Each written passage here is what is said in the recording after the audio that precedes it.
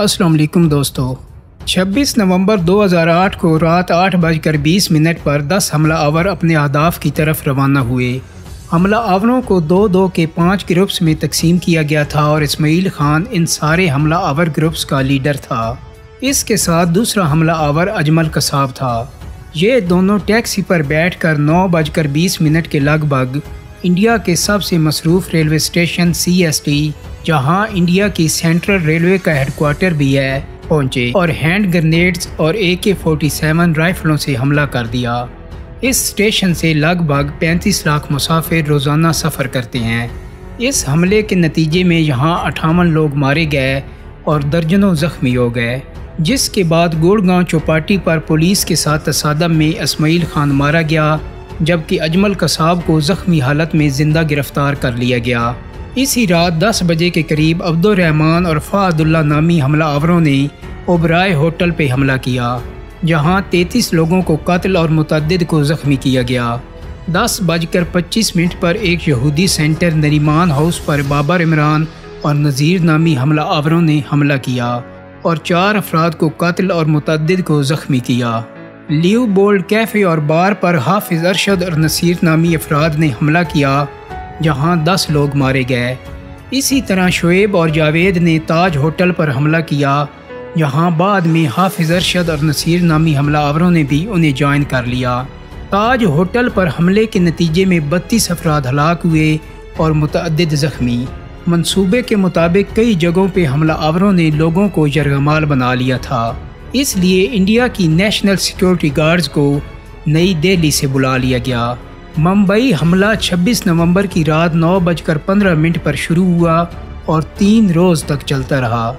Indian forces ने operation के नतीजे में 29 नवंबर की सुबह 9 बजे तक तमाम हमला आवरों को मार कर इस ऑपरेशन के खात्मे का ऐलान कर दिया। इस हमले के नतीजे में 26 गैर मुल्कियों समेत 166 लोग हलाक हो गए और 300 के करीब ज़ख्मी भी हुए। इस हमले के फ़ौरन बाद भारत ने इन हमलों की जिम्मेदारी पाकिस्तान पर डाल दी। भारतीय मीडिया मुंह से नफरत के शोले उगलने लगा और यूं पाकिस्तानी मीडिया सामने आने पर मजबूर हो गया। मुंबई पुलिस ने हमलों के आखिरी दिन दावा किया, हमने पाकिस्तानी हमला आवर अजमल कसाब गिरफ्तार कर लिया है। मुंबई पुलिस ने अजमल कसाब और उनके साथियों के खिलाफ 12 FIR दर्ज की। 12 अफसरों को तफ्तीश की जिम्मेदारी सौंपी गई। अजमल कसाब ने वाक़या के 2 माह 21 दिन बाद मजिस्ट्रेट के सामने इकबाल जुर्म किया। 15 अप्रैल 2009 को अदालती कार्रवाई शुरू हुई और अजमल कसाब अदालत में पहुंचकर एतराफ़ी बयान से मुनहरिफ हो गया। उसने दावा किया, मैं बॉलीवुड में एक्टर बनने के लिए भारत आया था। पुलिस ने मुझे इस वाक़या से 20 दिन कबल जोहू के इलाके से गिरफ़्तार किया।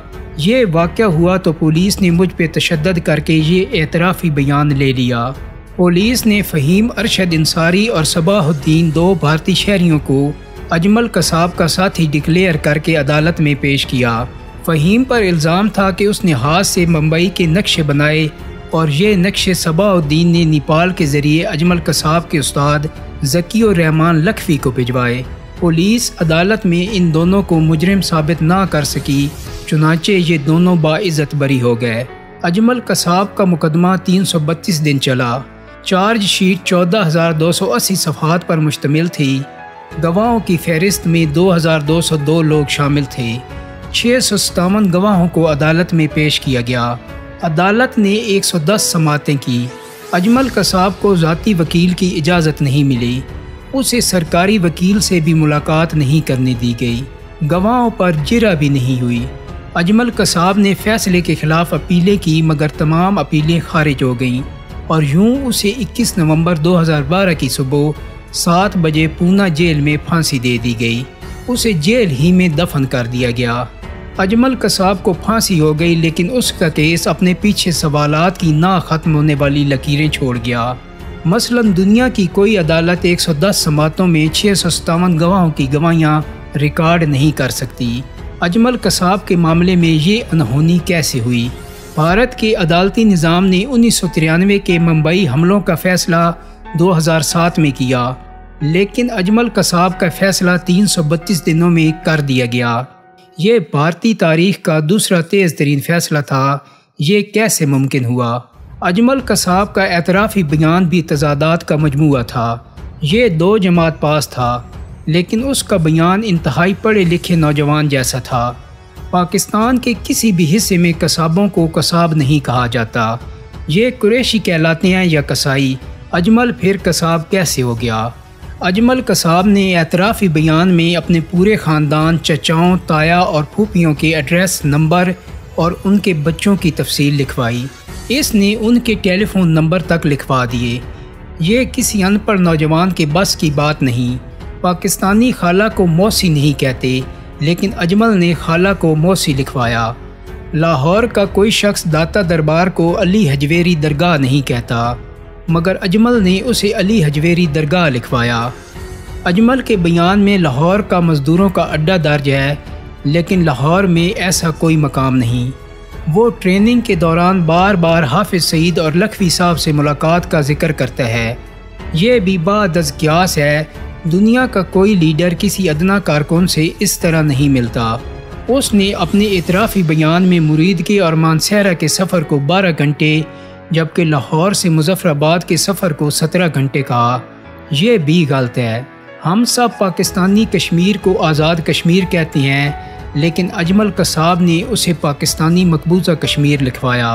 2 जमात पास नौजवान सैटेलाइट फ़ोन, GPS और नक्शे समझने का भी एक्सपर्ट है। पाकिस्तान क्या पूरे आलम इस्लाम में रमज़ान ईद नहीं होती। मुसलमान ईद उल फित्र को छोटी ईद और ईद उल ज़ुहा को बड़ी ईद कहते हैं, लेकिन अजमल ने छोटी ईद को रमज़ान ईद करार दिया। और हम पाकिस्तान में मेजर जनरल और लेफ्टिनेंट जनरल दोनों को सिर्फ जनरल ही कहते हैं, मगर अजमल अपने बयान में मेजर जनरल को मेजर जनरल और लेफ्टिनेंट जनरल को लेफ्टिनेंट जनरल ही लिखवाता रहा। ये सारे सवाल जवाब चाहते थे, मगर भारत के किसी समझदार और गैर जानिबदार शख्स ने ये जवाब तलाश नहीं किए। आप इन्हें भी छोड़ दीजिए। भारत उस डेविड हेडले को कहाँ रखेगा जिसने 18 मार्च 2010 को शिकागो की अदालत में एतराफ़ किया था, मुंबई हमलों में मेरा हाथ था। डेविड हेडले FBI और CIA का डबल एजेंट था, और भारत अपने सीनियर ब्यूरोक्रेट VRVS मनी और CBI के सीनियर अहदेदार तेज वर्मा के उन हल्फी बयानात का क्या जवाब देगा जिसमें उन लोगों ने इंकशाफ किया 2001 के पार्लियामेंट और 2008 के मुंबई हमले भारत ने खुद कराए थे। अजमल कसाब ने भारत में 17 फरवरी 2009 को एतराफ़ी बयान दिया, लेकिन पाकिस्तान ने इस एतराफ़ी बयान से 5 दिन कबल 12 फरवरी को हाफिज़ सईद, ज़कीउर रहमान लखवी, हमाद अमीन सादिक, मज़हर इकबाल, शहद जमीर रियाज, अब्दुल वाहिद, मोहम्मद जमील और यूनस अंजम के ख़िलाफ़ मुकदमा दर्ज कर दिया। ये लोग गिरफ़्तार भी हो गए। ये जुर्म क्योंकि भारतीय सरजमीन पर हुआ था, चुनांचे सबूत पेश करने की ज़िम्मेदारी भारत की थी। ऐनी शाहिदीन और गवाह भी भारत में थे। पाकिस्तान की अदालतों और वकला को गवाहों और सबूतों तक रसाई भी भारत ने देनी थी, मगर भारत ने ये रसाई, ये सबूत नहीं दिए। पाकिस्तानी वकला हाफिज़ सईद और ज़कीउर रहमान लखवी पर इल्ज़ाम लगाने वाले फ़हीम अरशद अंसारी और अजमल कसाब से मिलना चाहते थे। भारत ने इजाज़त नहीं दी। पाकिस्तान ने भारतीय मजिस्ट्रेट और तफ्तीशी अफसर को पाकिस्तानी अदालत में पेश करने की दरख्वास्त की। भारत ने इनकार कर दिया। पाकिस्तानी अदालत ने इस्तगासा और सफाई के वकला को गवाहों के बयान रिकॉर्ड करने के लिए भारत भिजवाने का हुक्म दिया, मगर भारत से इजाज़त ना मिली। भारत ने इसरार के बाद पाकिस्तानी अदालती कमीशन को सिर्फ 4 गवाहियाँ रिकॉर्ड करने की इजाज़त दी, लेकिन जब उनसे गवाहों पर जिरा का हक मांगा गया तो भारतीय अदालत ने साफ इनकार कर दिया। यूं डेडलॉक हो गया। सफारती कोशिशें शुरू हुई तो पाकिस्तानी वकला को जिरा का हक दे दिया गया, मगर अदालती कमीशन के भारत पहुंचने से पहले ही अजमल कसाब को फांसी दे दी गई। यूं जिरा का सिरे से इम्कान ही ख़त्म हो गया। अजमल कसाब को किसी आज़ाद शख्स, इदारे या NGO से मुलाकात नहीं करने दी गई। भारत ने इंसार बरनी तक को मुलाकात का मौका नहीं दिया। हाफिज़ सईद और लखवी साहब पर फ़हीम अरशद अंसारी और सबाहुद्दीन ने इल्ज़ाम लगाया था। ये दोनों बरी हो चुके हैं, लेकिन इल्ज़ाम अभी तक कायम है। मुकदमे के दौरान दावा किया गया कि हमला आवरों के हाफिज़ सईद और लखवी साहब से टेलीफोनिक राब्ते थे, मगर तमाम फोरेंसिक रिपोर्ट ने इस इल्ज़ाम को रद्द कर दिया। रिपोर्ट्स के मुताबिक हमला आवर अमरीकी और भारतीय नंबरों पर राब्ते में थे। किसी फ़ोन के ज़रिए किसी पाकिस्तानी नंबर पर राब्ता नहीं हुआ। मुल्ज़मान को ईमेल भी मास्को से भिजवाई गई थी। भारत आज तक हाफिज़ सईद और उनके साथियों के ख़िलाफ़ कोई सबूत पेश नहीं कर सका। पाकिस्तानी अदालती कमीशन और तफ्तीशी अफसरों तक को भारत जाने और तफ्तीश करने की इजाज़त नहीं दी गई। पाकिस्तान को मतलूब मालूमात भी फराहम नहीं की गई, लेकिन इसके बावजूद मियाँ नवाज शरीफ ने नेशनल सिक्योरिटी के अलामियों को यकसर मुस्तरद करके मुसलियत और मुसालियत के सारे दरवाजे बंद करते हुए मुंबई हमलों के हवाले से पाकिस्तान पर भारतीय इल्ज़ामात की तायीद व तस्दीक कर दी। दोस्तों, उम्मीद करता हूँ कि मेरी आज की वीडियो आपको यकीनन पसंद आई होगी। अगर वीडियो अच्छी लगी है तो इसको लाइक और शेयर ज़रूर कर दें। मेरे चैनल को सब्सक्राइब करने के साथ साथ बेल आइकॉन को भी क्लिक कर दें ताकि आपको मेरी आने वाली मज़ीद वीडियोज़ के नोटिफिकेशन मिलते रहें। बहुत जल्दी एक नई वीडियो के साथ मुलाकात होगी। अपना बहुत सारा ख्याल रखिएगा। अल्लाह हाफिज़।